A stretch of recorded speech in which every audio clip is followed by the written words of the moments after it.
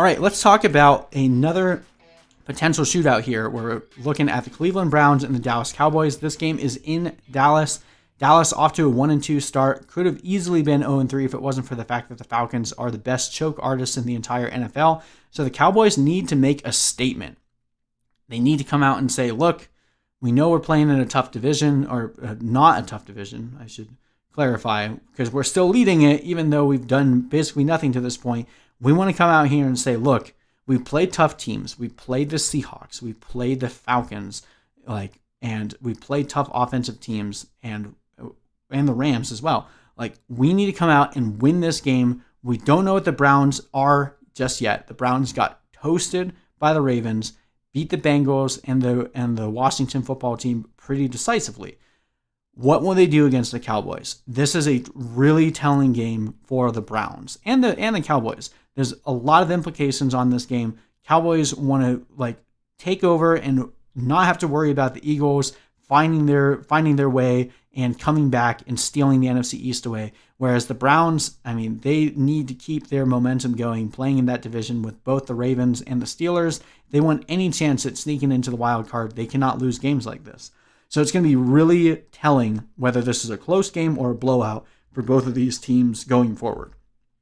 56 over-under, highest on the week, I believe. I keep saying that. I can't remember. Well, I'll correct it if I'm wrong later. But Cowboys are slated to win this one by 4.5 points.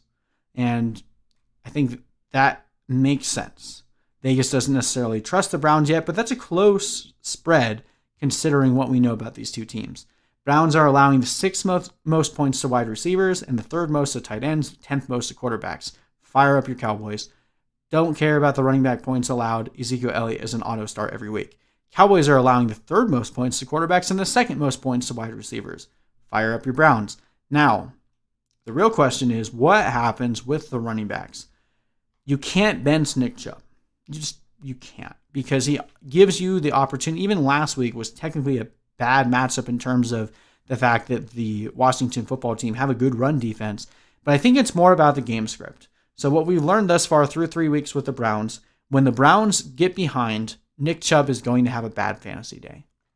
When the Browns are ahead and are able to play the kind of football that they want, averaging 30, 35 carries a game, Nick Chubb is going to be a running back 1 on the week. Kareem Hunt seems to be kind of game script independent, even though he's not seeing nearly as many touches as Chubb. He's been able to do enough with them, scoring touchdowns every week thus far, and has been productive. So you're starting both of these guys. I am a little worried about Chubb, though. If the Cowboys start this game off hot and can actually come out and score some points in the first half, which they've kind of struggled in terms of, coming out to a hot start, I think this week they can get things right. And if the Cowboys start off scoring, pretty quickly, that's bad news for Chubb, because Chubb isn't going to be able to get the amount of carries that he needs to have a solid fantasy game. Doesn't mean I'm benching him.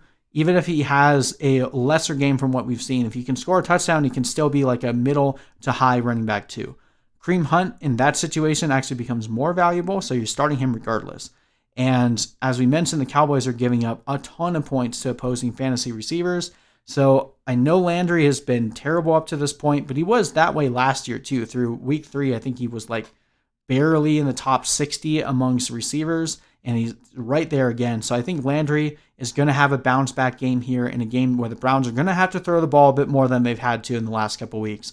And Odell Beckham, I think at this point you're really hoping that he has a blow-up game against the Cowboys. We've seen him do well against the Cowboys as a Giant in years past, so hopefully he has a nice little revenge game here, if you want to call it that. And at that point, I think we're going to try to sell him in season long. Baker Mayfield, he'll probably have a decent game, but you don't need to start him unless you absolutely have to. And then Austin Hooper, the Cowboys defense allowing a lot of points to tight ends. You could talk me into it, especially in a GPP play in DFS where most people are off of Hooper at this point. I think that he's an okay start. Hopefully you have a better tight end option, but you could definitely talk me into it. If you're playing Dallas Goedert and you don't have any other options, I think Austin Hooper is an interesting guy to look at on the waivers this week. On the Cowboys side, of course, you're starting Dak, you're starting Zeke, you're starting Cooper, and you're starting Gallup. The question is with Lamb. So Lamb missed a good portion of the second half last week due to an undisclosed injury. They haven't really talked about it much. I don't know if it's going to limit him at all this week. If he's full participant throughout the week, full participant on Friday, I'm still locking in Lamb to my starting lineup. If he is limited or potentially out, that would be the only way I would be considering throwing in Cedrick Wilson here. Lamb is definitely the guy there, but if that injury lingers at all, that was the only reason why we saw Wilson get so many snaps last week. So I'm not going to chase points with Wilson unless Lamb's injury is more serious than they're letting on. And then, Dalton Schultz still getting targets, playing against the Browns, who are one of the worst teams against the tight end. I think it's definitely worth a start there. Cowboys defense, maybe you can convince me. Like if the Cowboys get off to a hot start and the Browns aren't able to keep up, then maybe they'll be an okay play, but they haven't really done anything from a fantasy perspective up to this point. So I'm probably trying to avoid them. I think the Cowboys win this one somewhat decisively. I got them winning 31-24, but if there is a blowout in this one, the Cowboys blowing out the Browns, I wouldn't be surprised. I'm just not calling for it.